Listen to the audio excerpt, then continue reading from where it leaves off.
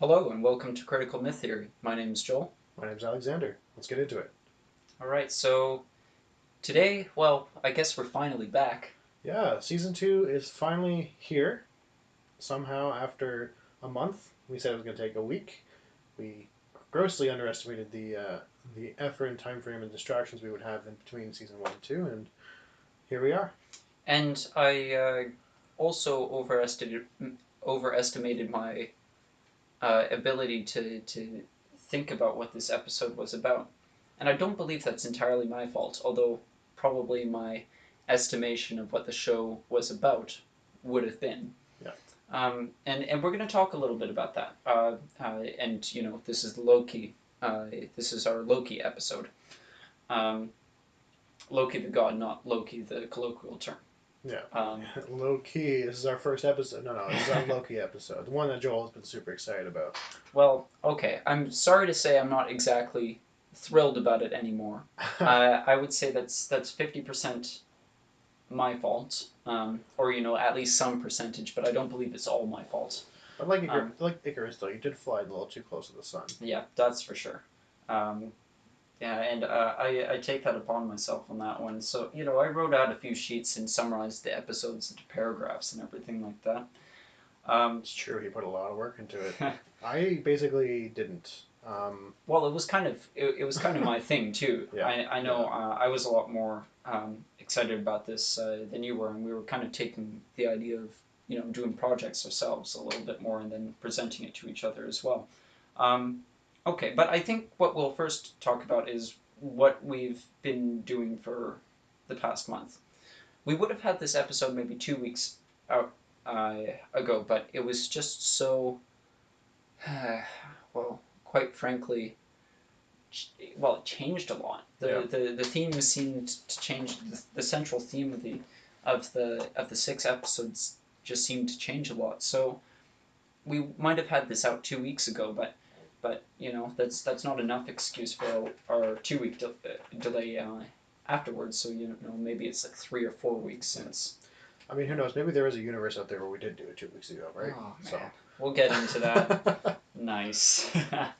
But oh well, we've been transitioning from our regular jobs to school, Yep. going back to school. End of summer, beginning of the school scheduling again, and it's a weird way. It kind of gives us more time, but I think it also gives us less time.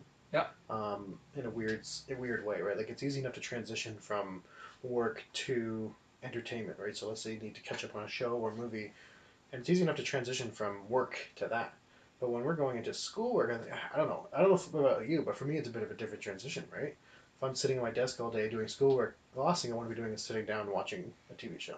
Can be a bit jarring. Right, exactly. Yeah. So Yep. that's going to be a bit of a different struggle, but hopefully we'll have enough time to kind of keep this up again, doing the weekly schedule again, I think is the plan. Now, we're releasing on a Saturday today, you may notice, but a change of schedule. I think we were going to talk about that. Basically, we are probably expecting to just release on Saturdays going forward. Makes our lives a bit easier with scheduling and preparing for these things. So, yeah, just going forward, expect it to be out on Saturdays. Yeah, my Tuesdays and Thursdays. I don't know about Alex's, but they're ridiculously busy. Yeah, I think Thursday I have class until 9:30. I guess yeah, what we both do. We both do it, same class even. But yeah.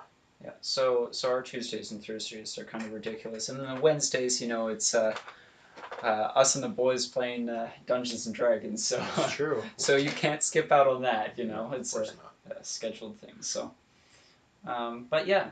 Well, what I've been doing, and thankfully my work allowed me to have 3 breaks. So I've been doing a fair bit of reading, and I really enjoyed the change of perspective. And looking at the different ways that existentialism has been used. I won't go too into depth, but you could probably gather if you're a Kafka reader or Viktor Frankl, Man's Search for Meaning, and of course Jim Butcher's Dresden Files, that series that Alex got me hooked on. So Yeah, he's now what 5 books into it, almost starting the sixth one soon. well, no, I'm almost done the sixth actually. Right. Sorry. Yeah, Blood Yes, Rights yeah, is you're right. the sixth, and Yeah. very very what is it? Enchanted by the series, I would say. Sure. So that's been fun. How about you? Anything specific you've been up to, or It's been kind of mostly focusing on the transition. There's been a lot of social events I've been attending lately. weddings? Yeah, there was a wedding, but otherwise too, there's just been a lot of different socializing I've been trying to get my head around. Um, and what else have I been doing? I watched Shang Chi. That was interesting. That was a good movie. I haven't watched it yet, so I'm Um, glad you said it was good. oh yeah, I think it was much better than Black Widow. Um, I haven't and watched that either. it was a very good movie, better than I expected. Um, and which is a I don't even really know how I feel about it entirely, but it was definitely better than I expected. I do have a question about it. So I Okay. did see the trailers, and with the female characters, do they outshine the male character? I wouldn't say that. No. Okay. No, not at all. Okay, because I have been noticing Marvel's trend towards that, this sort of outshining the lead of the character with new female Sure. characters. So There are moments, of course, but I think they're not as though it's not a one for one, okay, right? If that makes sense. Um, so yeah, there's that. Um, what else have I been doing?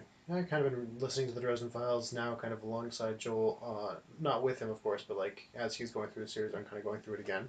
Although I've gotten 2 books ahead of him now, so yeah. maybe I should stop. But yeah, Oh well, my books hadn't come in for a while, so yeah, I was well. That's part of the reason I was reading Kafka, which I'm pretty thankful for. Actually, in retrospect, Metamorphosis and the Trial, they've stuck with me more than I thought that right. they would. Uh, I think we can get into the actual show, and I should probably say, okay, why did I hype this up so much? Um, okay, I thought that it was going to be this big sympathy for the devil theme, and the reason I had a few reasons for thinking this. The first two episodes seemed to be trying to uh, they seemed to be trying to keep Loki as Loki, but us being sympathetic towards him, as well as the previous show, WandaVision. Or I guess the previous show, Yeah. WandaVision. And WandaVision at the end has her kind of looking a little bit more devilish and dark. And there's this whole thing with her and Monica where she says they'll never understand what you sacrificed. And I always think, but they kind of did, They lived in your reality the whole time and they were forced into it. Yeah. So, And the lack of justice kind of it really rubbed me the wrong way. Like I didn't really articulate the first time I saw it, but I remember watching it the first time, kind of just having her walk away from the entire event of everything, not facing one drop of consequence except for her own.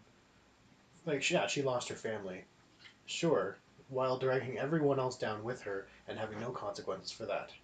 yeah. In fact, I kind of thought about it again, and that agent guy that we're all supposed to be all mad at, you know, kind of was doing the right thing. I mean, she had just enslaved an entire town. What are you gonna do with an uncompromising, um, well, uncompromising tyrant in who's easily overstepping her jurisdiction? Now I don't want to get on his side of things because I don't think his motivations were pure or good in any way. No. He was mostly out for a power grab, trying to get Vision back, is basically because he wanted some sort of government-controlled android. Oh, for sure, yeah. He was not. I would suggest that he was any beacon of goodness. He even at one point, like without hesitation, took a few shots at children. Right? Like as much as he may have known that they weren't real children, still kind of rubbed me the wrong way in Yeah. his complete reaction to it. Um, I think the real heroes of the story would be someone like Jimmy Woo or Darcy. They seem Yeah. to be the more level-headed and reasonable characters in the entire thing. Level-headed. Well, they're fun. Yeah. They were great. Yeah. But I thought that. So I essentially thought that was sort of this continuation of the theme, and I Right. don't think that falls too far away from the idea of one's own reality, as if it were some self-contained uh, barrier around your own personality and Yeah. your own character. you can almost see the theme coming up in Loki, or at least I would imagine there's a lot of anticipation for you kind of hopping onto this theme because it's almost nail on the head, right? You got Loki, this devilish figure who's quite like in his origins in terms of what we know of Norse mythology, which has been very heavily influenced by Christianity. The character of Loki has been very much drawn up alongside as a devil parallel, Yeah. right? And we even see that kind of thing in terms of like his horns that he has and his um, yeah, this idea of liberation and subjection and whatever else. Like, he's meant to be a very devilish character. Yeah. Um, and to have him be be the spotlight, the main character of the show, you can definitely see that. Yeah, maybe there is a sympathy for the devil kind of shining through. But yeah, you can go ahead and Yeah. Um, okay. So I took apart the episodes and just wrote anywhere from my thoughts to sentences of summary. So just summary, possible philosophies that they were trying to push forward in it. And it seemed to swap every 2 episodes. I kind of wonder if the director had a plan. I should begin with saying I don't believe the show was appalling or anything like that. no, But I don't think it was spectacular either on a second rewatch. I actually kind of dreaded watching the episodes again to right. put them into sentence form. Sure. It was probably more captivating the week by week of what's going to happen next. Yeah. Right. But then knowing kind of what's going to happen kind of really takes away from the appeal. Yeah, and I wonder if it allows you to see it a little bit more clearly as well. Okay, so with the first 2 episodes, it's a little bit more. I was wondering if it was going to do this more sympathy for the devil type of thing. And then after that, it seemed to be a bit more of a like a free will versus determinism thing, but then they don't really take the debate all that far, and they just move it as some sort of. In the last 2 episodes, they use it as some sort of mover for the multiverse in subsequent movies and episodes. Yeah. Yeah. It was very. It felt at the end of it, you're kind of like, okay, this is just a train ride just to introduce the multiverse. There was nothing really else of consequence, to be perfectly honest with you, right? Yeah, I mean, the consequences were massive in terms of opening the multiverse, but I don't think, first of all, they were necessary, and second of all, particularly interesting, Mm-hmm. right? Like you said, it wasn't a bad show. It just felt like its own kind of self-contained thing that didn't need to happen. It didn't really have any bigger effects on the world. That's kind of bigger effects on the characters. I think is kind of from for me where I came out of it. Mm-hmm. But yeah, So, what are positive things we can talk about this? And I don't mean positive in the sense of "yay, go show." I mean positive as in things that we can take out of the show for better or for worse. One of them, I might say, and we've discussed this on end and probably have differing opinions on this one, is the issue of guilt, intention, and justice. So Sylvie has definitely probably killed the most, if not Loki, but Sylvie's probably killed the most between all of these all of these people in the TVA and whatnot. And does her actions just are they justified um, by her situation and her and the oppressive people who have basically been flying after her. yeah. Well, I mean that's the thing, right? Like if you look at it from the TVA from a perspective of they're just a police force, that's one thing. But they're not just a police force; they're a tyrannical police force that is literally committing genocide every single time something goes the way they don't want it to, right? I think that scale of how unjust the TVA is, acting as though they were just, I think, right, you can kind of start to sympathize with her a bit more. Right, we talked about how would Sylvie have killed, first of all, would she have killed anyone had the TVA not hunted her? And would she have continued killing anyone if the TVA hadn't continued hunting her? Because most of anyone that we see, any corpses that we see, are effectively soldiers of this unjust program that are attacking her. I mean, is she not justified in like the just war theory in actually killing these individuals who are seeking to take her out and wipe her from existence effectively? There's a lot of things that hang on the morality of this one. For example, the issue of the existence, the issue of one's own existence. So is it as if all the Lokis shared this one soul head, between all the universes or something like that, or are they all separate people? I think the show leans to all separate people. I Yeah, mean, you could see yeah, in that romance between Loki and Sylvie, which I think Mobius kind of justly says is weird and disgusting. yeah, certainly. Like, I guess we got to really wonder um, what makes a Loki. A Loki is always kind of one of the underlying questions, right? But obviously, nature and nurture are not the only thing. Mm-hmm. There's a suggestion that there's a third thing, right? Because by nature, they're not even the same, Yeah. right? Yeah, maybe there's some similar DNA, but obviously, one's a man, one's a woman. That's right. One has one extra chromosome than the other. That already suggests that there's more than nature and nurture, right? Loki finds this commonality between him and someone else who doesn't share his nature, doesn't share his nurture. What is that third element then?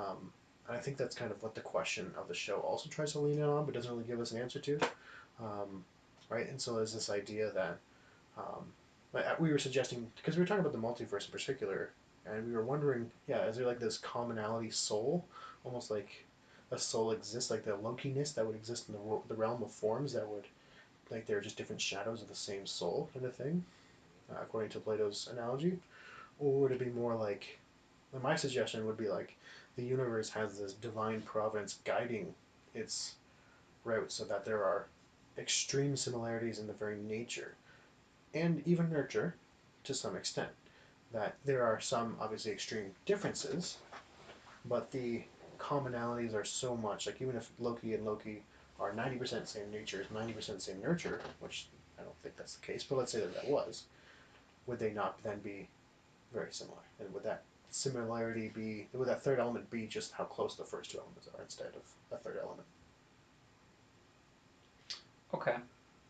So I think we should just back this up by saying that we should probably back this up by saying this is, assuming the multiverse, because that's what the show assumes. That's what Marvel assumes, that there's a multiverse, and even if that's not what the creators believe of the world, that Yeah. there is necessarily a multiverse. The superhero mythology of Marvel certainly believes in the existence of a multiverse. Yeah, I mean, even the original creators of Marvel had understood the hierarchy of greater beings in Marvel universe and multiverse, and God was at the top. Yeah. Right, and I would suggest that the original writers were deistic, but I think at this point in time they aren't. But just because they're writing in that universe of a Marvel universe that exists under God doesn't mean that the people writing it are. No, and in some type of way, they killed God in some essential way with destroying Kang.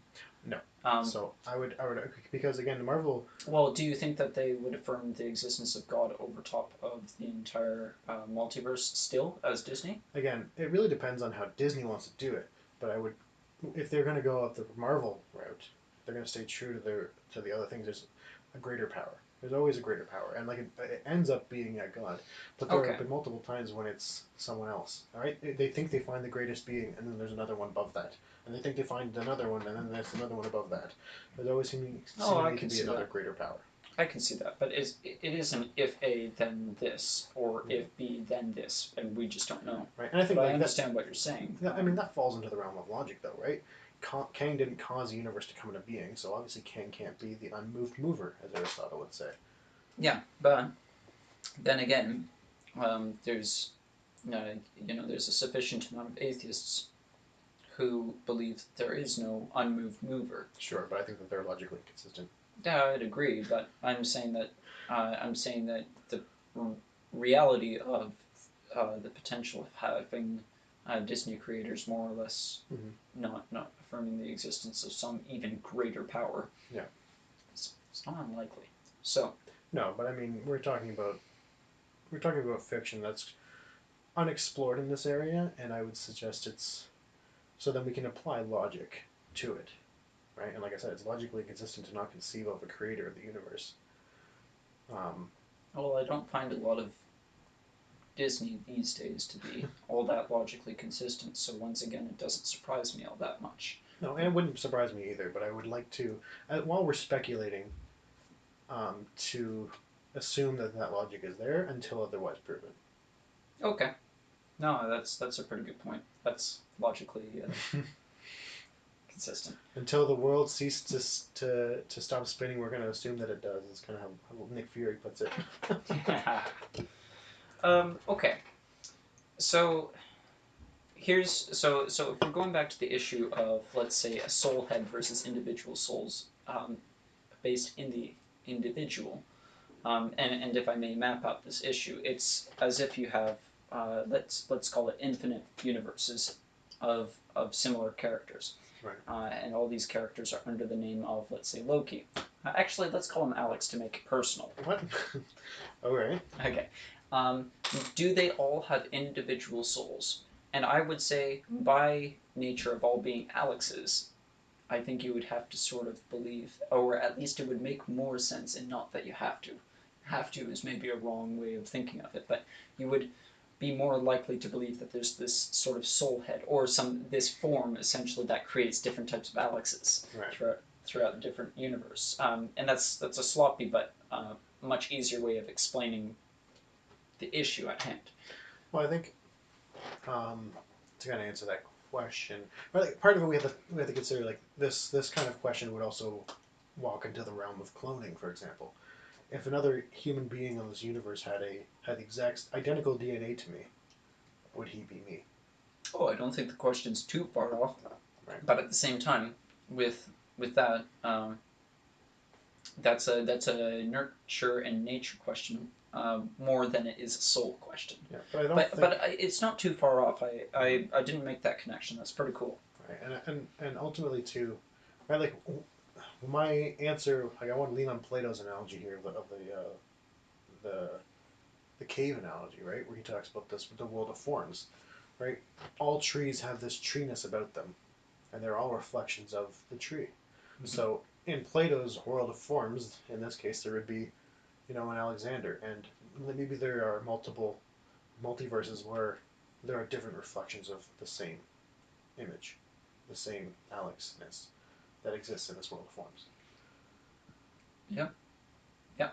But um, I think we can go back, and this is not in rejection of your point. I think that's pretty good. But just to say something else, um, with Disney's Marvel and everything that it seems to be showing in the show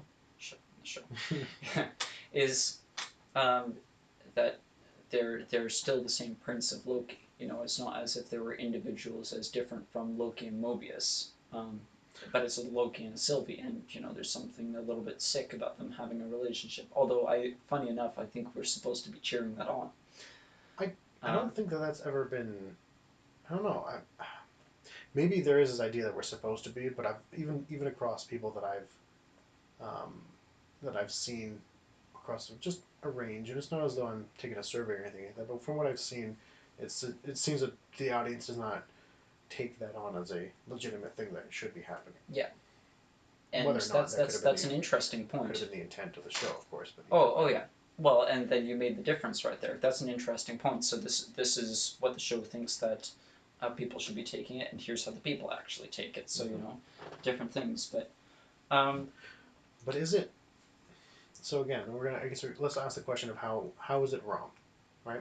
So, right, if we were to suggest that, let's say, people who share similar DNA shouldn't, because in a lot of ways, that would that would lend to what we know a lot of defects in DNA, right? So, a person who argues for naturalism might suggest it's wrong because it's bad for the progression of the race, right? Or someone else could suggest that it's wrong because they're so similar, it's almost as if they're in love with themselves. But we're arguing that they're not, right? They're not actually all that similar. Their nature and nurture are wildly different.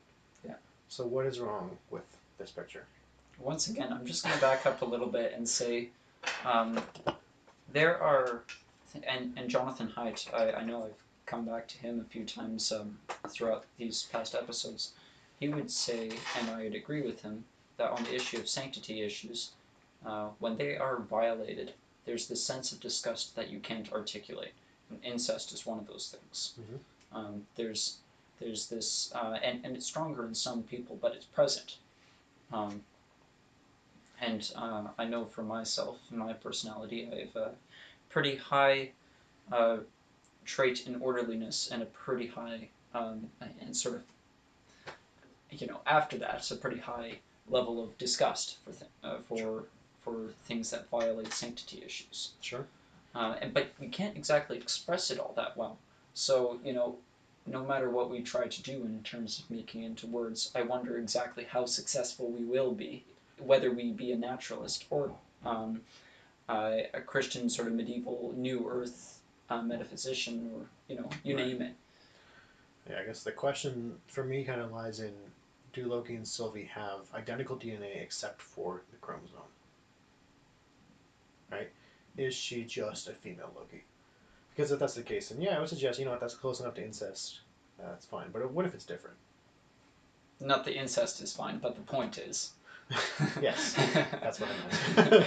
Like, yes, it's fair to say that that's wrong then because it's incest, it's so close to it. But if let's say their DNA is different, because we actually don't know. It's not as though they have. We've seen demonstration of who their parents are. It's not as though they have.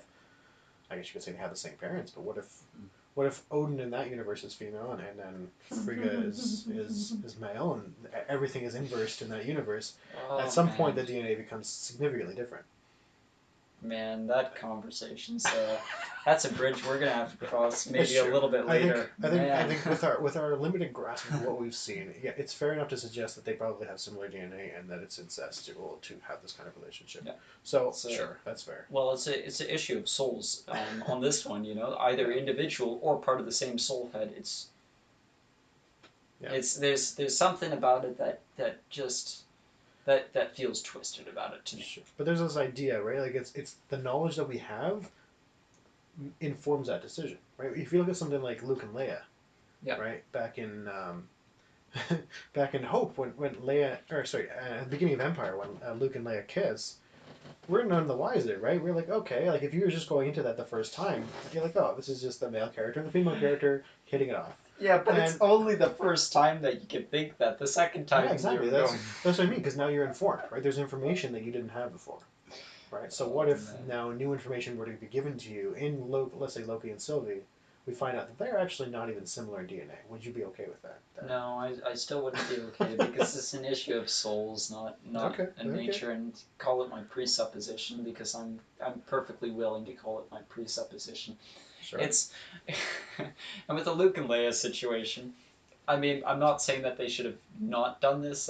George Lucas should have not done this, but at the same time, I watch A New Hope and I'm I sorry. physically. This was Empire. This is the beginning of Empire when after Luke recovers from the thing that happened at Hoth, he's in the Hoth Echo base and he's recovering, and Leia gives him a kiss to kind Oh, of show off that's Han. that's then. Yeah, yeah, I had the same mistake as Oh, I Hope. forgot about Anyways, that. But anyway, you go through the original trilogy, and it doesn't matter. It still makes you cringe. I'm not sure. saying that he should have taken it out because oops, mistakes, knowledge, and everything like that. But at the same time, you go through it a second time, and Yeah, it doesn't but make it any less hideous. but again, like I think that something informs the immorality of incest, and if that's taken away, right? Like it really depends on yeah, really depends on what is going into the relationship between Loki and Sylvie, right? Again, it's not as though it's narcissism because again, they're very vastly different people. Right? A narcissist, it's gross for a narcissist to be in love with himself because he's in love with everything that he's producing, right? Everything that he is, he's in love with, Okay.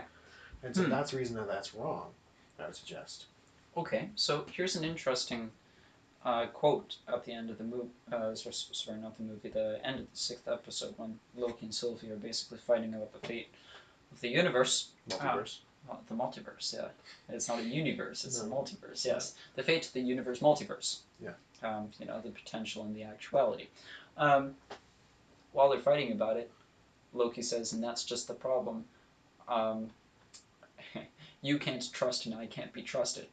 First of all, I just want to say, I think that we're supposed to think it's deep. I don't think it's deep. I think it's clever. I think it's like the whole, um, you know, this guy has this parts and this guy has this other parts and it doesn't work like that or something like that. Sure. But let's go to that quote because it's sort of this it's supposed to be at least a depiction of a paradox between the two of them, some sort of sad paradox between the two of them that makes them irreconcilable. Because with the issue of trust, if you lie a lot, or if you are if you lie a lot and you don't tell the truth, or if you are paranoid about other people lying and you never think that they're telling the truth, then there's a very big disconnect between you and the world. And I would argue that to some extent, there are pieces of you that are in the world via relationship. Um, we go back to our second episode with the Lord of the Rings. I think that if you lie and people know that you lie, you break or strain relationships with people that you should be having relationships with. And if that's the case, then there's some sort of diminished element of yourself, Mm-hmm. because your relationships are a part of your existence. You're not just the only part of your own existence. You're also, communities are a part of you. Yeah. Now, I'd give a theological answer to this as well in two ways. Right, there's the aspect that we are made in the image of God, and God is truth, and so anytime we lie, we are effectively going against that image that we have been made in. Mm-hmm. Like you said, right, we are going against what we are. And the other hand of it too is we are also made in the community of God. We're made in the image of God, and God Himself is a community, right? He is a Trinity, and so He made us to be community-based people, Yeah. right? And so yeah, that connection of loving your brother, it becomes a lot harder to do, and that's how we're meant to do it. That we fulfill the law of God when we love our brother, and if we can't be trusted to do so, we can't trust them to do so, then yeah, we are not fulfilling the law of God. Mm-hmm. It's actually a very foundational issue to our own core humanity. Very that's very big, and so I suppose that he should have probably said his part first and mine second, because his part is like, here's what it is morally speaking, and mine is, here's the consequences of it morally speaking. Sure, but it's similar. But yeah, so the moral issue is that you're falling short of the glory of God by not being able to trust, or not being trustworthy. Now, there's obviously, it's not like you should trust everyone. No. By far, you shouldn't be doing that. But paranoia and untrustworthiness are unhappy opposites. Neither of them are good. And I think there's this element of trust that, like, you could be someone who hopes to trust, but is still ready for that trust to not be fulfilled. Yep. Right? And I think that would be the Christian way of going about it, because if you just don't trust and you're almost cynical, then you don't even offer that opportunity to be trusted again. Right? Because there are people who do need that element of reconciliation, right? Like if, for example, the apostles needed to learn to trust Paul, right? And they had every reason not to. And he, if they didn't have the heart to want to trust him, or to, right, to trust in God, I guess, as well, that he could eventually be trusted, then we wouldn't have what we have today as Christianity.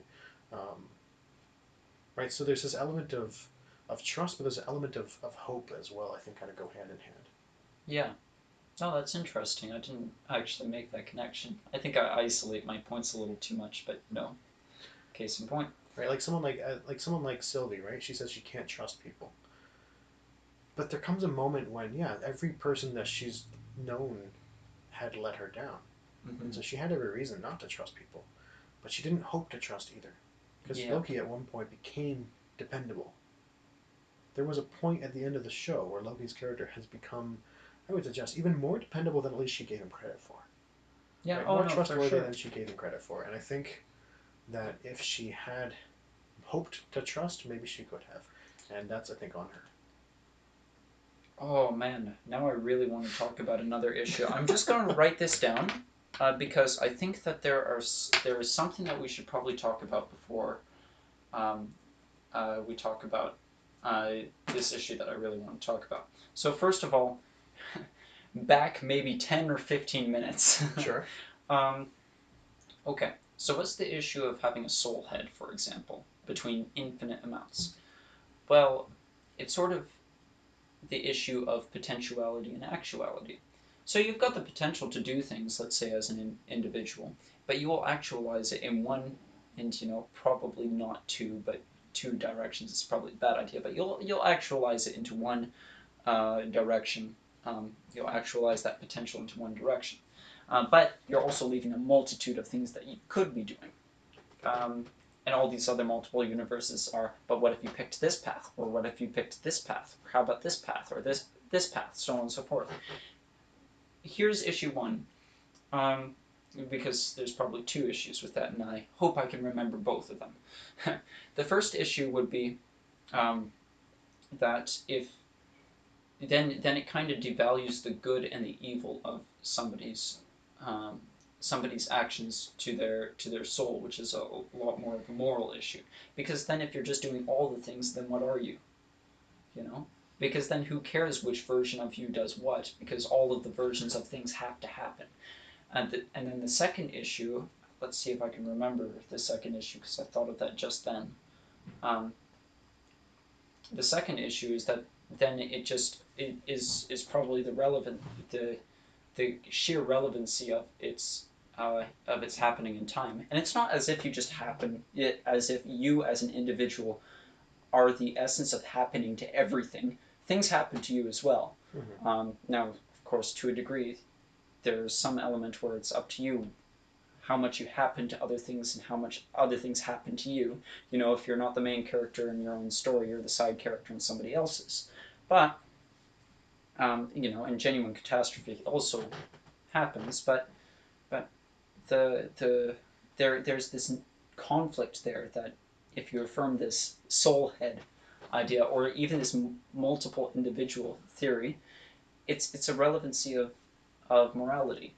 Now, I guess my argument against that is again the Plato's cave analogy, right? Right? Like just because I might exist, let's say, as a soul, and I'm just so me on this earth, I'm just a pale reflection of the true me. The true me, right? Plato would argue that anything that exists in the world of forms isn't subject, or at least it is all good, right? It is morally good, all of it, Mm-hmm. right? And so it's actually it's in the shadow's inability to imitate the good, perfect world of forms that it is bad in that sense, right? You And so were now literally trying to aspire to your own ideal self. exactly, Yeah. right? And so just because let's say Alex of Earth 616 decides to do something good or bad, right? The morality of the argument doesn't fall on the Alex soul of the world of forms because we know that the world of forms Alex is perfect and good. We are now arguing for the morality of the individual Alex that exists on Earth 616. Yep. Right? And so the story doesn't become this broad moral scope, it becomes a zoomed in one. Right? So the moral issues aren't, right, whether or not you're living up to that world of forms version or not, really. Yeah, no, that's pretty interesting. Um, but I think that with the issue of the soul, I think that part of the value is the accompaniment with the individual, because there's things that you leave behind. And there's a lot more things that you leave behind than things that you take on. The things that you leave behind, either regrettably or not, maybe you're happy. You're probably happy that you left those things behind because why would you have chosen the path that you did choose? Well, you it's the value of the decision. Did you make the moral choice when you had the option? Of course, it's a little too mechanical to think of it that way because your decisions can be a whole lot more muddier than that. Um, but it's the things that you leave behind in some way in comparison to the things that you did with your limited capacity to do things within time and space that reflect on your moral character. And so, if you have that across all versions of yourself, and that all of them necessarily have to pick something slightly different, or at least that every capacity needs to be filled, then I'm not exactly sure what it matters. What matters for the individual? Yeah, I mean you could say that, but then who are you in difference to the other individual, who is also yourself? You are the difference. You are basically then the product of the different ways in which you and others haven't lived up to the perfect forms of themselves. Sorry, repeat that. That was interesting. You are the combination of you and those who have affected you, how they are different from the world of forms version of them. I'm still not understanding. All right, so let's say Alex Prime. Yep. He's the one that exists He's in the the world of forms. He's the ideal. He's the ideal. Gotcha. And there's Right. only one of them. Yeah. Okay. But Alex 616, let's say, decides to do something immoral.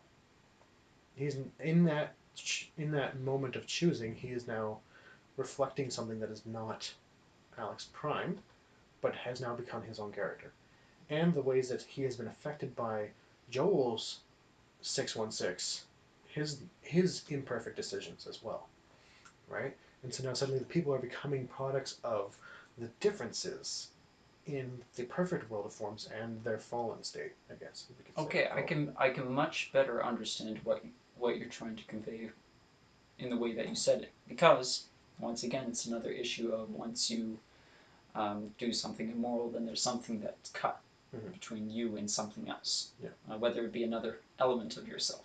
So that seems to make sense to me. Now this is all, of course, assuming Plato is right. Yeah. And I'm taking the Platonic. I'm really just spitballing it here because I find it very interesting, and it's like the multiverse is we do have that question of what makes a Loki, what makes an Alex, right? And I don't know of any other structure or system that would work, logically speaking, consistently. And Plato's analogy seems to work pretty well so far, at least in my head. And I like working with it and toying with it. And if it turns out I'm wrong, then we'll just go to a different one and find out. But I always wonder what I'm going to believe 3 months from now. But as I am right now, I'm not exactly. Yeah, I mean, Plato's analogy, I would say, is like pretty much necessary for this whole multiversal um, idea, at least in the way that you're bringing it across. And I like what you're saying a fair bit. I didn't think of it the way that you were saying it, but because I believe that we, as we are in our corporeal sense, are the only us's in the entirety of existence. I think that there's a lot of value in the things that we leave behind as well as the things that we, or the thing, I should say, that is God, that we order ourselves towards and direct ourselves towards. I think because I believe that, I actually have a little bit more of an existentialistic point of view. So, I mean, Alex and a fair bit more of my reformed friends are what is it? Having a lot of fun testing me on the issues of some of my existentialist elements of my worldview, but I'm certainly not all the way there. But that's a bit of a digression. So I'm not sure I'm not sure about the world of the forms, and as if there's this ideal self. Right. Just because I wonder to what extent, because I have a tough time articulating this. So the belief that there's this ideal self that you can measure up to, I kind of understand.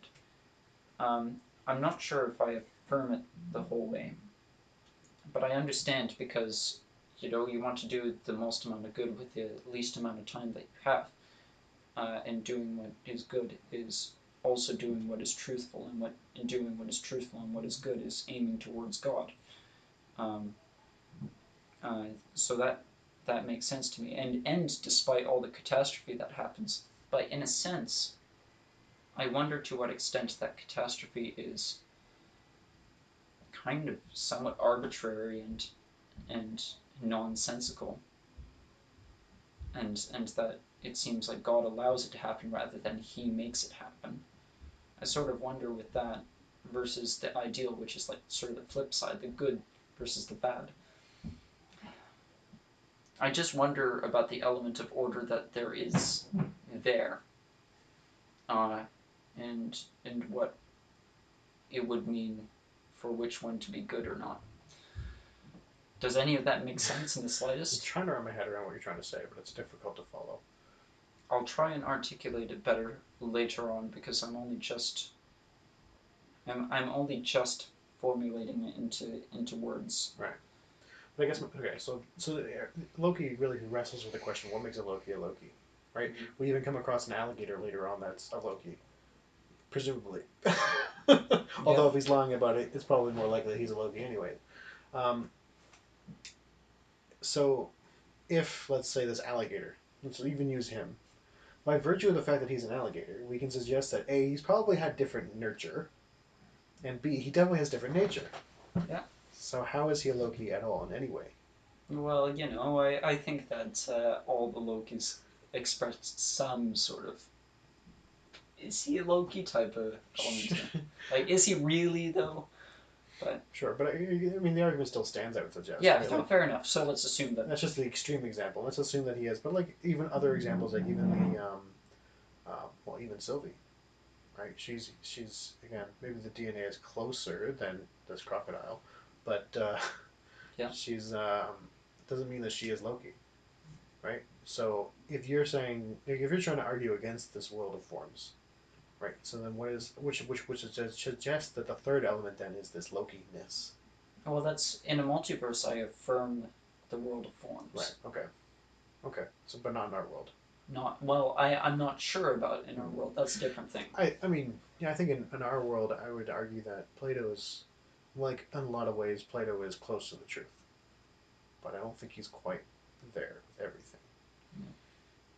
There's something too extreme and absolute that I think in some way devalues the wrestling and the journey. Mm-hmm. I think that's more or less what I'm getting at. The Right. wrestling and the journey obviously happen at an existentialistic point of view, the individual point of view. Right.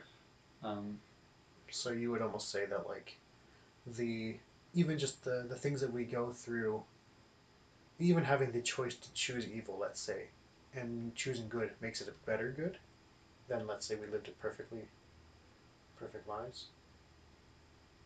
I think if you live a life of no resistance, I don't think that there's anything too heroic about that.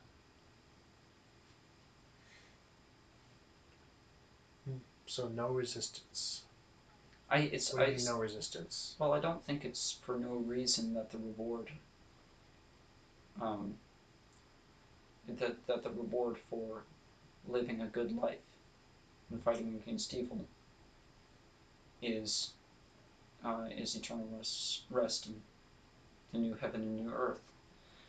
Um, and I'm beginning to think that it's not for no reason that the fall occurred. Did God orchestrate it? I don't know. Probably not. But at the same time, there's an element where he probably did. Right. So like But there's I mean there's the question the age old question of theodicy, um, and I would suggest that it's always an unanswered question, but I'd rather deal with the unanswerable of this than deal with the illogicalness of God not existing. yeah. Right. So Oh well, and it's obvious. I mean, just from this start point that there's so many paradoxes that you've got to believe. I mean, let's just take our existence for example. We're both the smallest things in existence. Like I should yeah just say like look yeah at the universe, right? It's massive, and we're tiny. We're not even specks anymore. We are unobservable when it comes to the universe, mm-hmm. even to a microscopic level. If you're looking at the scale of even just the observable universe, because there's more universe after that. Sure. Ah, man. And then we're also so big in the sense of our value as individuals, and so that the point of somebody somebody dying is tragic. Mm-hmm. Why is it tragic? Why does it matter if the universe is so big? You have to affirm both. You have to affirm um, that we are both massive in our value and minuscule and to the point of near non-existence Yep. in our value at the same time. And maybe they're different aspects of value, but there's something paradoxical about So that. one of the things that I think is a very fascinating scientific point is how impossible life should be. Look at all the variables that go into the actual components, if you will, of the universe that lends itself to being able to sustain life at all. Life Mm-hmm. should not exist in this universe. Statistically speaking, it should be nearly impossible.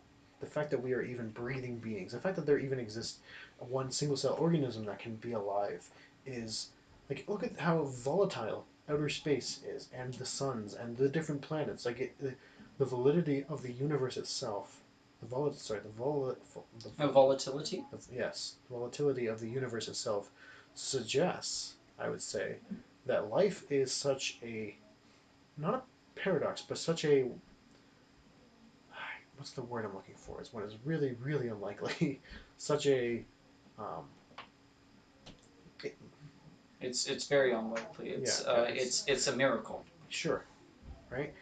And so therein lies, I would suggest, a lot of the value that we as individual small things have. Because, right, you have something so very, very rare, so unbelievably rare, that when it's gone and lost, that the weight of that becomes more, Mm-hmm. right?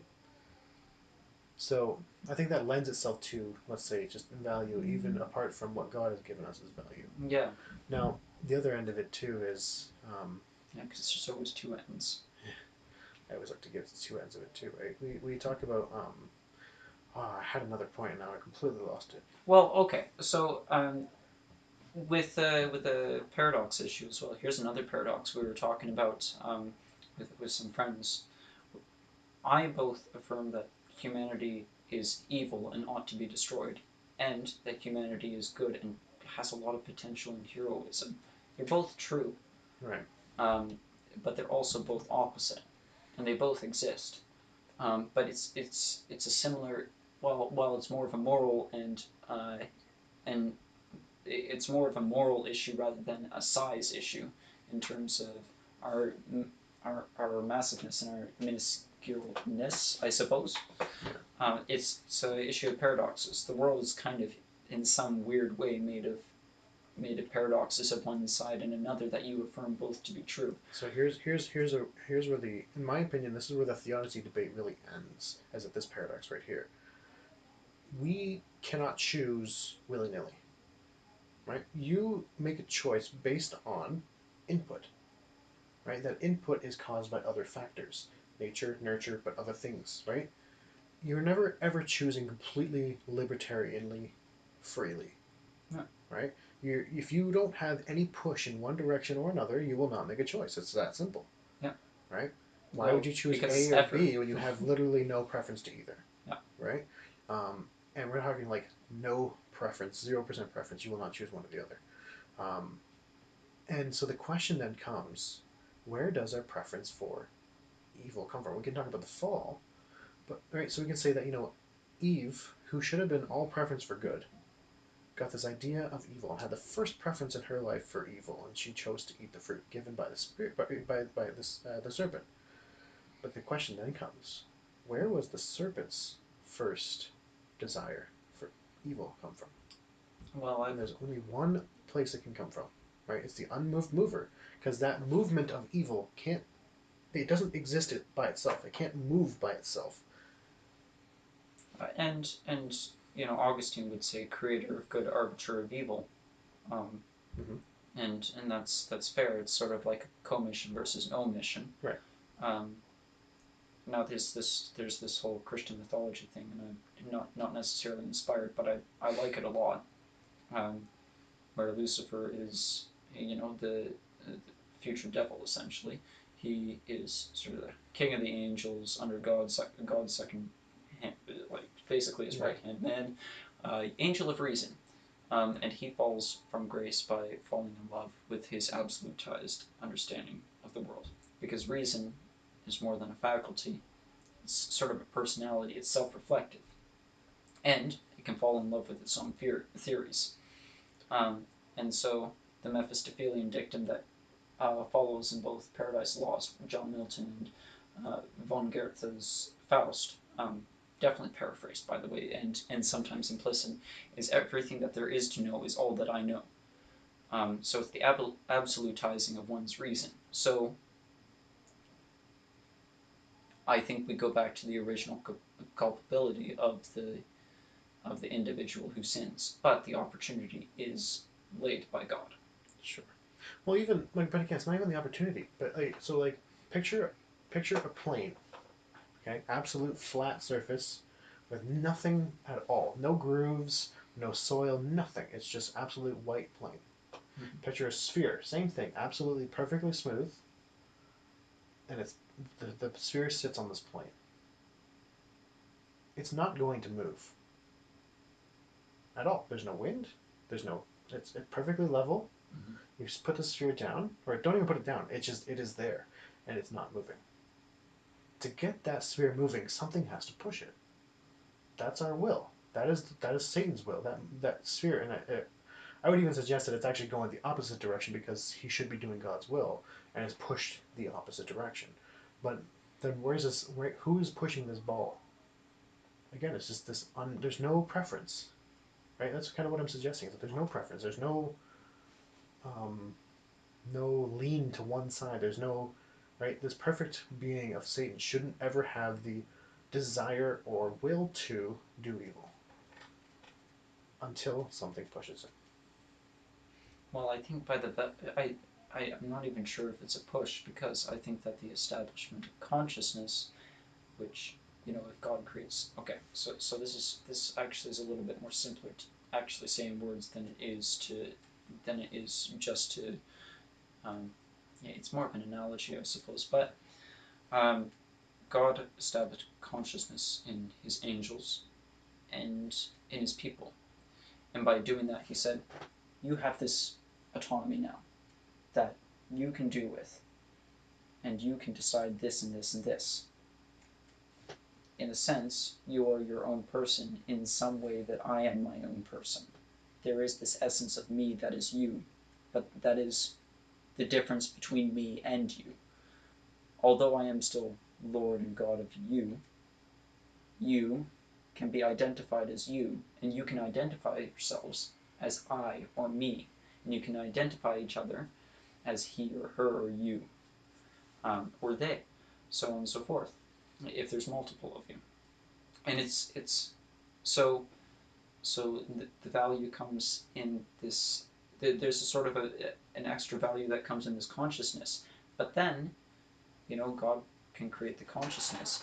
He's not pushing the ball forward. He's given the ability to somebody else to push the ball forward. Okay, but who's this other person? So this other person. This other person, no, this other person is the individual who the consciousness is bestowed Right. upon, whether it be Satan or Adam and Eve. But we have no preference where to push the ball. Well, That's my point. no conscious, yeah, but then that's just not consciousness. Then you don't have consciousness. It doesn't matter. But where do your preference come from to do evil? Because you know, as a perfect being, you know that um, your you know that everything the following God is good and that should be done and it's good for your own benefit. Oh, okay, no, because I see what you're saying, but then but the point of consciousness yeah, it says this. Once you have your autonomy, then you have this element of serving yourself. You can now choose who to serve, yourself or God. God gave you the ability to do that, but He didn't push the ball. He allowed us to be able to push the ball. So consciousness, But again, why would you ever want to push that ball in that direction? because now you have a choice between yourself as you now understand yourself, because you can't understand yourself without consciousness.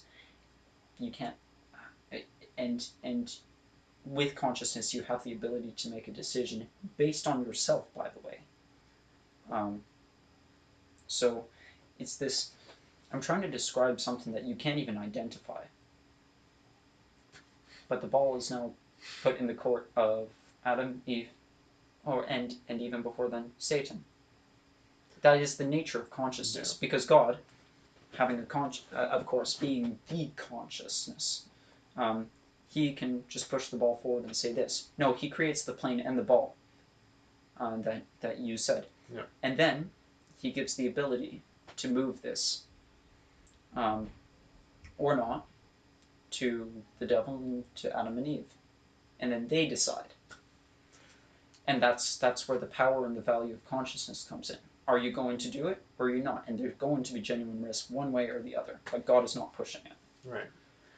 But I guess like when you look at it like our own individual lives now, our will again is determined by what we prefer, what is better for us, or what we think is better for us, Mm-hmm. right? If you knew, for example, that eating apple pie versus eating a whole cake, right? And let's say the cake was made of chocolate, Yep. and you much prefer apple pie over chocolate. And eating one smaller piece of apple pie is much healthier for you than eating one whole cake. You now basically have no preference for eating this cake. Let's say we even tell you that if you eat this whole cake, we'll hit you over the head. Now you've even been told that there's a significant amount of pressure to not eat this cake.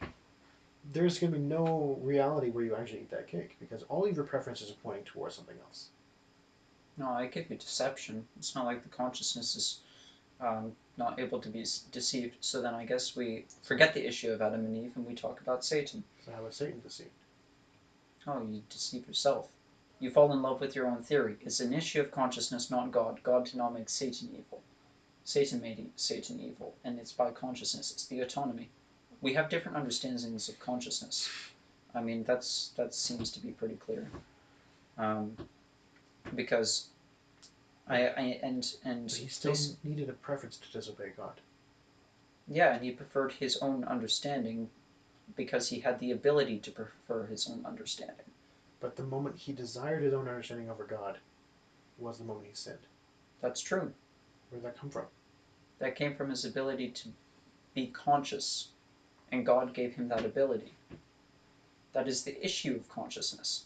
In some weird way, your understanding of good and evil, let's say the tree of knowledge of good and evil, my word, tree of knowledge of good and evil, um, it had it did give you the knowledge of good and evil, a corrupted understanding, but they understood what evil was. I bet you they didn't really have a hot clue of what evil was before then.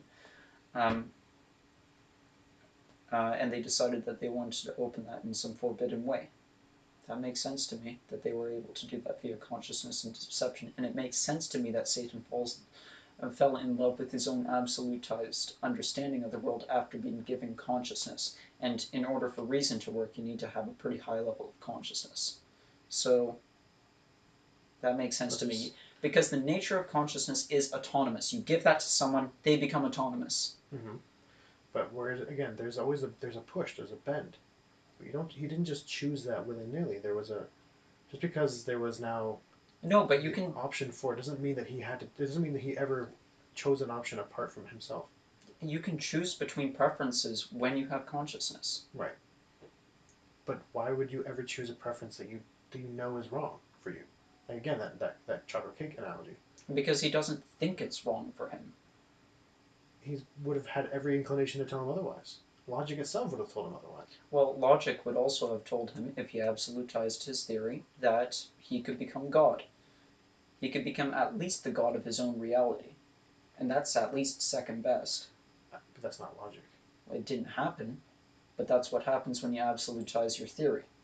That's when you put your perceptual world, and you absolutized your subjective understanding, because God's understanding of the world is objective, and that's it.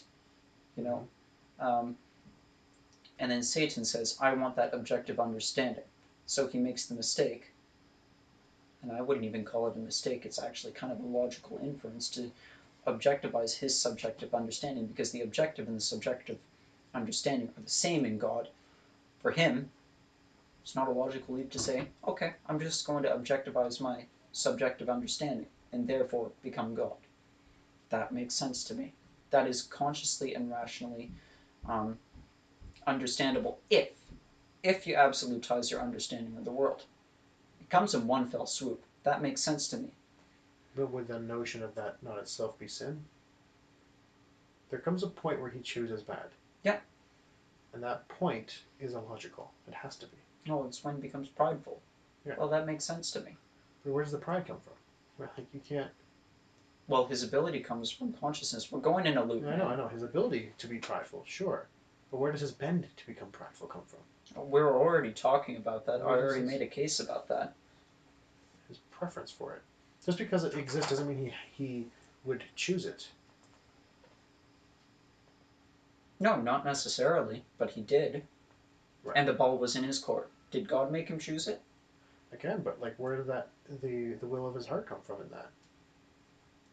Okay, once again, from having consciousness. We're going in a loop. We're going nowhere. Let's move on to the next topic. Sure. Consciousness is autonomous, man. We had a free will conversation of as much as maybe Loki didn't answer that question, we're still having this conversation. Yeah, so, with Loki, it's going to be a little bit more.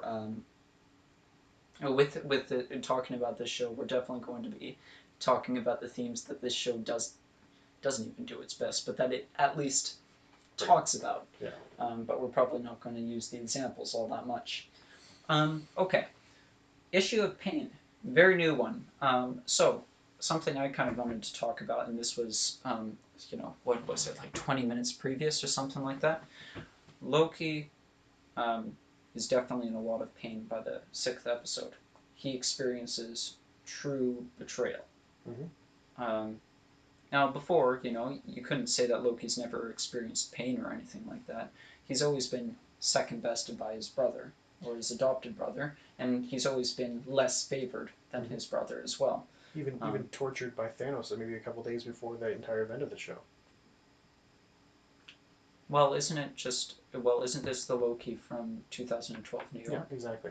So right before New York happened, he was effectively tortured by Thanos. Oh, I didn't even know that. Yeah, I mean, that's at least. It hasn't been outright said, but that's basically been the premise of most people's conclusions of what's happened with Loki, but leading up to Avengers. Interesting. So Okay. once he falls into his hands, he becomes tortured by him to become. Interesting theory. Okay, but yeah. Issue of pain. So, Sorry, keep issue going. of pain. He has this self-loving type of pain where, beforehand, where he doesn't, because he's got plenty of reason to be resentful. In fact, it's rational to be resentful, but it's better not to be. It's a difference, um, and fair enough. But he was also in some way saved by Odin. Right. Um, and he's obviously ungrateful, and his actions show that. And so he displays himself as the martyr king, he who, um, he who through his pain of power that only he understands, will liberate humanity by taking away their freedom. Right. So he makes himself into the martyr king, and that was his only real experience of pain. It was this narcissistic understanding of pain. But don't underestimate the pleasure that turning your pain into martyrdom can give you. Certainly, I've seen that denial crop up in so many different people. Right. People. It's easier to think of yourself as a victim, even of yourself. I've seen it before too. They're victims of their own past circumstances. I know I've done it. Yeah, exactly. But when you're a victim, you have no responsibility, right? That is an actual truth thing, right? When you are truly a victim of something, you are not responsible for that thing happening, right? And like that is true, right? We hear about like an abuse victim, right? He or she is not going to be responsible for what happened to them. But the moment you label yourself as a victim, you've now recognized, okay, wait, so victims aren't responsible. Therefore, if I'm a victim, I'm not responsible, right? And so if now you're a victim of something else in the past or someone else in the past, you no longer have to live up to your own personal responsibility to overcome that. Mm-hmm. Well, and it's the whole, Jordan Peterson's be grateful in spite of your suffering. Now, if you're a victim of something, and I go back to this, it is actually rational to perceive yourself as a victim and be spiteful because of it. You didn't ask to be born. You didn't ask for things to happen.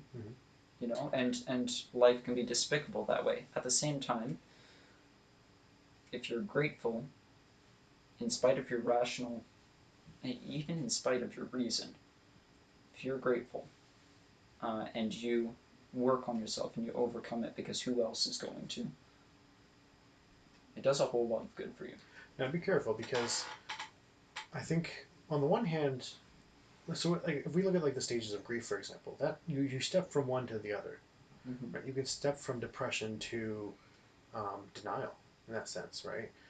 And truly, I would suggest that the final stage to get over that is acceptance, or even other way you could put it is sadness, right? Mm-hmm. When you can truly look at a circumstance and not be depressed and not be despaired by it, but instead just recognizing, you know what, that was a sad thing that happened. You're now taking yourself out of it and you've accepted it. Mm-hmm. Right? If Loki had just looked back on his life, instead of anger at Odin, but just been like, you know what, it was sad that this happened, but here I am. Yeah. Then he would have been in that final stage of It takes acceptance. it takes a lot of justifiable power out of your hands too, so it's painful to do Oh, that. certainly, and it's terrifying, right? I And by mean, the way, that power actually to an extent could be justifiable. I don't know, but to an extent that actually might be the case. At the same time, it is better to let go of that. mhm. Again, yeah, exactly. Right, like you said, like it takes away your power, right? And Mm. that's usually what we see in people who are angry, because it's easier to be angry than afraid, Yeah. because you're in more control. Oh, that's interesting. Yeah. Right? You're in more control when you're angry than when you are afraid. Afraid is no control. And when you finally realize, you know, I don't have control, and you're actually okay with that, that's when you finally learn acceptance.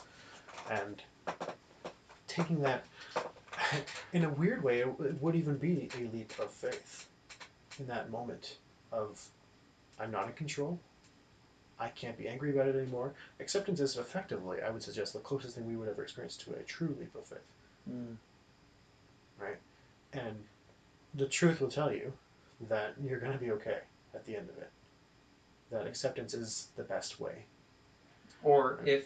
if you're not going to be okay at the end of it, because maybe it's not a guarantee. At the same time, the best way that you could possibly be okay with it all, Mm-hmm. and rise up to the challenge. It's not avoiding; it's actually rising up to it. Um, the best way that you can do that is to accept what happened to you, forgive, and strive to be the best you can. Yeah. Now, look, to be fair, these are these are big uh, these are big maxims and words. You know, Mm-hmm. from in terms of, it's quite something if people who have gone through, let's say, the Nazi concentration camps or the Gulag system or something like that. It's quite something if they're able to say that. Yeah. Um, so I think that there is a value, there is a level of legitimacy that should be understood. The thing is, I was reading Viktor Frankl just in the past month. He gave me a more positive outlook on our individual lives. He went through the Nazi concentration camps and he survived through his his outlook on the potential of heroism in people, Mm-hmm. and in himself as well. And that it did really strike a chord with me because of that. Right. So so I don't say it on my own very tenuous authority, No. and I don't say it lightly either. No, exactly. And that's the thing, right? Like we can talk about these things very conceptually, but for someone who's genuinely suffering, maybe it could give help. But I find that someone who's genuinely in the midst of suffering, you typically want something more practical than pragmatic. Pragmatic? That's not what that's the right word I'm looking for. No, no, Dogmatic? I don't know, man. You want something that's more practical, right? And I think for me, the biggest weapon against any sort of self martyrdom, any sort of self denial or anger, or right, whatever stage of grief you are in that sense, the biggest thing you can come up against is truth. Mm-hmm. Truth. It's ironic because the Bible says so, and it's just you don't put it to this, but the truth will set you free. Yep. Right? It will set you free from all of that. And you think that the suffering you're going through, you can't deal with the pain. You think that the comfort of martyrdom is enough. Truth is better. It hurts, sure, but it's better, right? The only way through the pain is through the pain, and anything else that even To someone, the pain. yeah, but like you're not going to get through pain by being angry. You're not going to get through the pain by thinking yourself as a victim. You're not going to get through that pain until you've actually let go of all of those things, right? Yeah, maybe you were a victim, and maybe you are completely justified and holding that person in complete derision, but it's not doing you any good, Yeah. right? The only way through that, and the only way for yourself to get better and to actually see some healing in your life is to go through that pain, not run from it, but to actually face it, Yeah. right? And I think that like we see the stages of grief in an Endgame, and all the different characters, and even Well, I like yeah, Black Widow being a denial, and then Hawkeye being anger, and then Thor being depression, and Banner being, I thought I forget all those different stages of yeah, grief. Banner and Hulk's supposed to be bargaining, but I disagree. I think that he was doing just fine. Mm-hmm. But I mean, let's let's not fit square pegs into round holes if we Sure, must, and sure, and I don't think we must, but it is interesting yeah. the different stages of grief displayed in But Endgame. seeing someone like Loki, who's in a lot of ways, um, I think it's funny because there was that second episode where he kind of goes through his whole past or the past that didn't happen to him. Well, was it the second or was it the Might have been the first even. the very? It actually. Ooh. So it actually might. I'm just checking my notes to see which episode this is. It's not the third. Oh, it might have been the second actually. I don't know, man. And okay, so what I would Whatever, it suggest then, happened in an what episode. we see in Infinity War was Loki actually going through acceptance, right? Because it was at the end there. Up until that point, he was going through all the different stages. He was angry, he was bargaining, he was right, whatever else. But it was at the very end of his life, before getting his throat snapped by Thanos, he accepted his situation. And you could tell he was almost mournful, but he looked at Thor and he said, "You know what? No, I am a son of Odin, Okay. right?" And I think they try to force that onto Loki when he watched it all on the TV when he was at the TVA. Um, and so maybe it was less powerful, but I still think he went through all of that. So the Loki that we see in the show is no longer angry or depressed or And bargaining. He's accepted it. he also went through a confession prison through pain with Sif. Yeah, So exactly. that's kind of interesting. Um, and he couldn't walk away from that as well. He was brought to bear against the consequences of his actions in a Mm-hmm. very true and honest way. Um, okay, so then going back to Loki, all his pain and suffering up to 2012, where he you know Mm-hmm. welcomed the Loki show, was this narcissistic martyrdom fake. It was sort of this fake utilization of pain to make people feel sympathetic for him, but really it's just, you know, it's just a call card. Um, but towards the end of the show, he is genuinely betrayed by Sylvie, Mm-hmm. or at least he feels that way, and for justifiable reasons.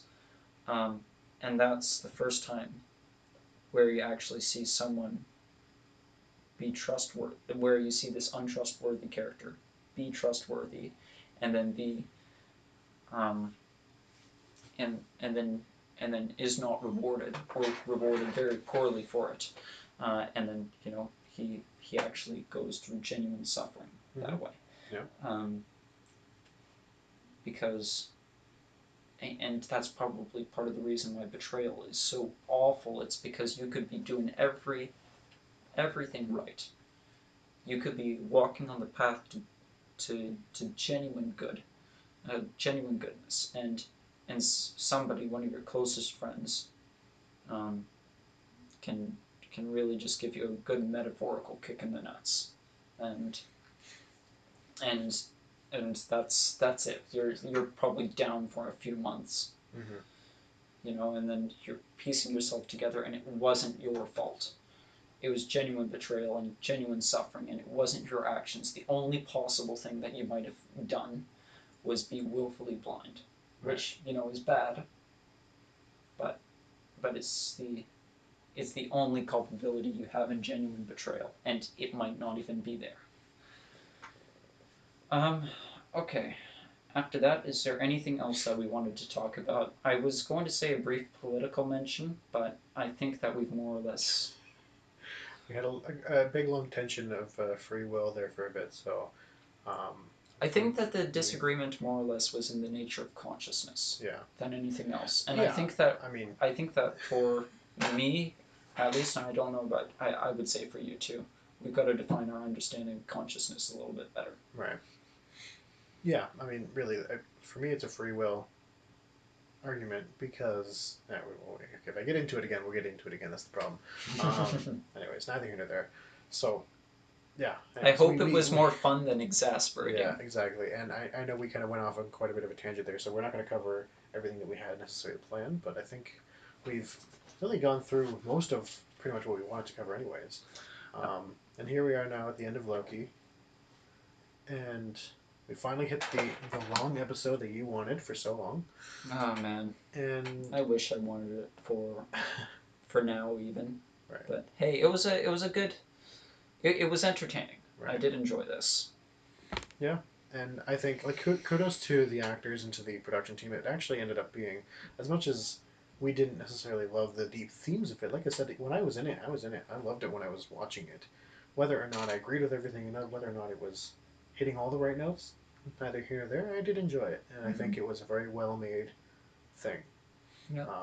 And I've always loved watching Tom Hiddleston and his performance as Loki. It's always been, for me, very captivating. I thought the Um, act, yeah, and for me personally, I thought the actors did fine. I thought that the production, in terms of visual effects and everything like that, was excellent, and the theme music, yeah, I mean, it comes to mind every time I think about it. It's excellent. yeah, But I do probably disagree with Alex on an issue of preference. Probably, I did not like the directing really whatsoever. So, right. Um, but I didn't hate the show. I didn't hate it. It fell short of so many areas of greatness, though. I think, in a sense, to me, it still shows. And this is going to be completely otherwise. I don't want to like we're not touching the same point anymore. But for me, what has been as a guy growing up watching like old Spider-Man, old X-Men movies that came out long before the Marvel Cinematic Universe did, I was always off put back then by how close they wanted to make it to reality and far away from the comics it felt. Right? You get something like the X Men and they're dressing up like these Matrix characters, not like the actual X Men for the comics, which is fine. I get it. It's cheesy stuff. But my point is that we've come a long way. We now see, even Iron Man was a bit more grounded in reality, but I think that's just natural to, like, that works for him. Yeah. Right? And we can see that with Christopher Nolan's Batman. It's sort of in the same way that Doctor Strange would really work well in the horror genre. You might not like horror. I don't like horror, But I but guess what my yeah, point is that they are not afraid to embrace the comic material regardless of how it looks. We literally had Thanos copter in one of the episodes. Like that is something that is so obscure, so random, and shouldn't work. And I'm not saying that like they do it as if it does work in a way that it does work. They just do it in a way that's referenced, and I love it. But they've really like they introduced Kang. Right? Like we're talking about like things and situations that Marvel fans have been talking about for years and years, and never expected to even see. And now we're kind of at this point where anything's really possible, right? I can still be kind of blown away by how much they're still willing to hold on to the original material, mm. and I think for me that kind of gives me hope. Um, Looking forward to the Marvel Cinematic Universe. Um, I'm Okay. always just super excited to see where they go because on the one hand, I like the creative decisions that they've made, but I also like the nods and the odes to the original comic series, and the more they lean into it, the happier I am. Okay. Yeah. And you know what? I watch movies wrong.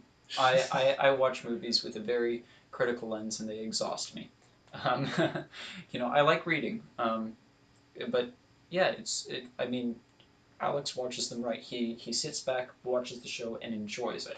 I know that I watch it and look for every single particularity on my first watch, Yeah. and it's not good.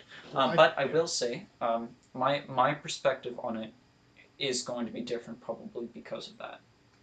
And for for me, I've kind of lost trust in, Disney Marvel had a really good run from Iron Man to I would even argue up to Endgame.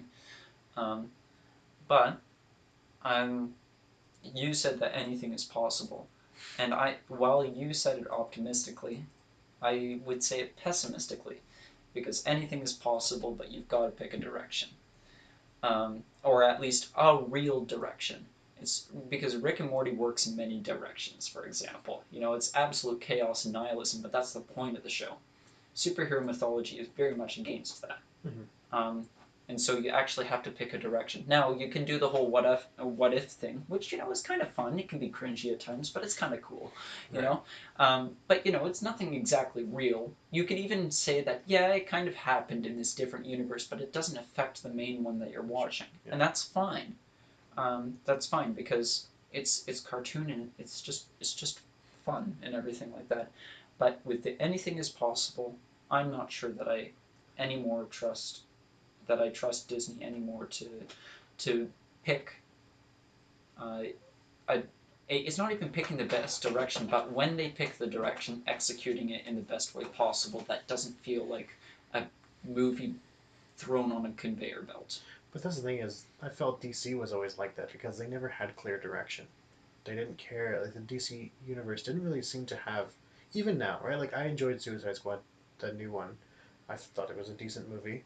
Man, Um, I haven't watched that but it's either. still it's still very there's no direction, there's no guide, right? You can tell that it's like another individual movie, right? There's no underlying current theme, right? Like with Marvel, you can tell Kevin Feige has been with it throughout the whole time. Now I'll admit Kevin Feige has actually been with it since the first superhero movie, live action.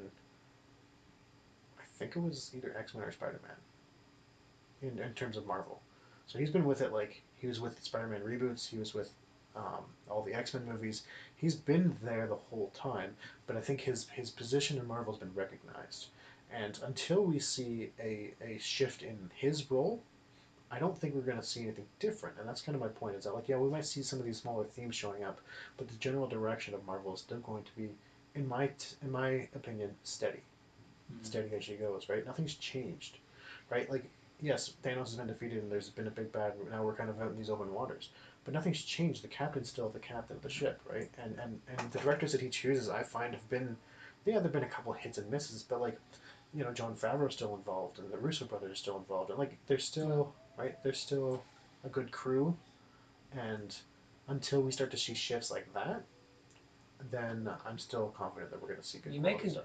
you make a good and specified case. I would also add, though, for my part, that you do need to update and change your vision as things around you in world events and culture and um, and you need to adapt the use of your ideals and your archetypes and your vision for the future of films. And that's a very there's a very conscious element there. If you go with the same system that you've been going with, it might work for a bit, but it's going to it's the same way in politics. If you do exactly the same thing you've been doing for years, you're going to fall behind. You need to kind of run to stay in the same place sometimes, and sometimes, and very very few times, you need one heck of a revolution. Mm-hmm. And please no, but I guess my point is that first of all, no one's really done this before. No one's been in Kevin Feige's position, and I've not like really. There's been nothing that has been this consistent for this long. Iron Man was what 2008, yeah, so that was what 13 years ago, right? Did my math right? Yeah, 13 years ago. Like if it was going to fall apart, I would have thought it would have fallen apart 13. In somewhere in that 13 years. I'm not worried yeah. about the next couple of years because we've seen such strong consistency throughout those 13 years, and he's had to change things based on A, world events, and B, just changing of narratives. Right? We went from Avengers 1 to Avengers 2 to Avengers 3. Like these are not small steps either. So to go to the next step, I don't think is. I'm not so worried about the next step, right? And I think that's kind of my point. Is that I'm not worried about the next step. I can see it eventually going downhill, but it hasn't even But started going that direction to me yet. So it has for me, because do you see anything greater than Endgame happening? I don't see why not. Infinity and Endgame, And Infinity War and Endgame. I wonder because it's a very because beyond that, I think it would just get confusing. not at all, because okay, let's use. Oh, by the way, we should just preface different visions. Yeah. We've got one, I've got the other. So he's got one, I've got the other. You know, I don't know what you guys think. If you've pick a side, pick a side. Let's see. Okay, sorry, But continue. I Yeah. guess like a good argument for that is the scale doesn't always dictate the depth of the story, right? And it doesn't always have to be an ever increasing scale because you can get good character dramas with, let's say, less powerful characters or less world ending or universe ending stakes, right? Like let's look at even the Dresden Files. I compare Summer Night to Death Masks, which are two books. Now, spoilers for anyone who's potentially wanting to read the books, but basically, a Summer Night where the entire balance of the world and the seasons are in balance, right? Like, and his opponents are forces of nature. In the next book, his opponents are vastly different. Sure, maybe you could suggest that they're as powerful, but not as abstractly powerful. They're not as one for one, right? Nicodemus wouldn't be able to stand up to Titania on any day of the week and actually live against her, but they can plot and work against her. And my point is that different scales still can be good stories. So just because we don't have another universe-ending threat like Thanos, doesn't mean that we can't get good stories, right? And there's still plenty of material out there in the Marvel comic book universe to suggest that there's still plenty of stuff out there for us to enjoy. Well, there's plenty to explore. But I even think of Far From Home, which, by the way, is one of my top three MCU movies. I should say that. But Far From Home, Spider-Man literally goes through all these reasons. Like, why don't we call this superhero? Why not this one or this one or this one? The bigger you make the universe with pretty much near pseudo almighty like pseudo almighty powers or something Sure. like that, it gets convoluted. I'm not sure about this. I'm kind of pessimistic to the end on the issue of the MCU. I think that this is sort of, I think after this whole multiversal war thing, they should say we had a good 10-20 year run. That's it. But I think again, like yeah, coming from a perspective of a guy who doesn't read comic books, right? They've been going for years. They've been going for so much longer than Start that. something new. They've been going for years, but in different universes, and they've started different issues and they've started different storylines, Yep. but with the same character. Do a different universe. Start a new one. Sure. And maybe they would. But my point is that like there's still always been Earth 616, which has always been the same universe. Yes, they have had other universes, but Earth 616 has been other than big reboots that they do every couple decades. It's been consistent. And Comic books allow you to suspend disbelief to a larger degree than movies do. sure, So, but I would still suggest that there's this degree of possibility in the MCU that I think you're just not accepting. we'll see. We'll see. I and I haven't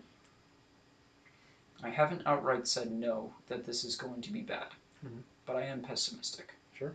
And there's going to be some gems. You said Shang-Chi was good. Yep. I hope that when I watch it, I'm entertained by that. But once again, of course, this might come from my bias of always liking the individual films over the big Avenger ensemble Sure. films. Um, but yeah, I think that when you make your world too big, then you make your story too convoluted. Um, so we'll see. It really depends. Have you seen? You haven't seen Black Widow yet, have you? I haven't. You haven't. Okay. Um, I'm waiting for it to be yeah. free on Disney Plus. Like 5 out of 10. Didn't hate it. Nothing special about it, to be perfectly honest with you. Um, that movie, if they had more like that, if Shang Chi was like that, I would probably be in the same boat. To be perfectly honest with you. And I'm not saying Shang Chi was the best thing ever either. I wouldn't even put it in my top 10. Maybe I have to Mm-hmm. watch it again too, though. I enjoyed it. Right, I thought it was a really good movie. I'd probably put it in the same. I don't want to do that because my entire scaling system might be different than everybody else's. But I thought it was a good movie, much better than Black Widow. Um, and I'd rather. Yeah, I don't know. I'm looking forward to Spider-Man in December. That should be fun. Yeah. Um, I'm very, very cautiously 51% optimistic if 49 is pessimistic. For Spider-Man. Yeah. I'm surprised. And that's surprising, by the way. It surprised me too because I loved Far From Home, and Homecoming was an all right reintroduction of the hero. I thought that Homecoming was all right, and Far From Home I personally loved. It was excellent, and Mysterio was so much fun with the visual effects and everything like that. Yeah. So I don't say it lightly when I'm 51% cautiously optimistic, and the 51% is only to say that I'm slightly more optimistic than pessimistic. We'll see. I'm incredibly optimistic about it, but I'm also like, I'm not on the fence of the people that are like, oh, it's gonna have every character that people were rumoring, and so it's gonna be right because people are expecting the moon from this movie. They're expecting Tobey Maguire and Andrew Garfield to show up at this point, right? They're expecting. They're expecting Courtney Cox Daredevil to show up. Like, yes, in Magical Christmas Land, I'd like this to happen as well, but I don't really expect it to happen. So my expectations at this point are like, you know what? If the best I can get is, for example, what we've seen in the trailer, which is Doctor Octopus from the second Spider-Man, and we've seen basically James Franco is basically confirmed. Sorry, James Franco. No, not James Franco. Willem Dafoe. Willem Dafoe is all but confirmed as Green Goblin. Oh yes, right. Yes. That Excellent is, actor. To me, that is exciting enough, right? And again, it's Kevin Feige. I'm not worried. Um, I'm really not worried. I don't know. I guess it could be Time will disappointing, tell, right? and we'll leave one of us in the dust. Yeah, exactly. Anyways, I guess we should probably end up closing. Do we know what our next episode's gonna be about? Any idea? I know we weren't gonna really start. I had a list somewhere, and we have a list on the 6th episode. I'll just re-listen to it or something like that, and then we'll chat about it. I don't know. You'll be seeing an episode. Yeah, you'll be seeing another episode after this. So yeah, sounds good. Alrighty, well, hope you guys enjoyed this one, and we'll see you next week. cheers.